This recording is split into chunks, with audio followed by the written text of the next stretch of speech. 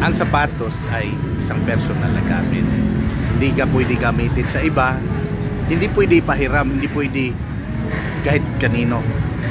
Exclusive personal na gamit talaga yun. Ibig ako lang gagamit, pa akin yun. Bakit? Kasi ayaw ko ng ibang amoy.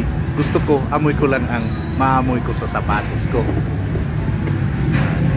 Sa ngayon, wala naman talaga ako sapatos. Matagal na wala na ako sapatos. Pero kung bibili ako ng sapatos, brand new or second hand man yun, ako lang talaga dapat ang gagamit. Hindi ko pwede pagamit sa iba. Kung second hand, kahit marumi pa yun, lilinisin ko yan. Kung may sira o nasira na, aayusin ko yan, bubuuhin ko. Pero ako lang ang gagamit. Ako lang mag-aalaga, ako lang magmamahal. Sa totoo lang, nakakahiram din ako ng sapatos.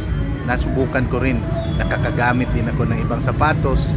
Nakakaupa din ako ng ibang sapatos. Pero sa totoo lang ngayon, gusto ko sarili kong sapatos. Ako lang ang gagamit. Ako lang mag-aalaga. Ako lang magmamahal.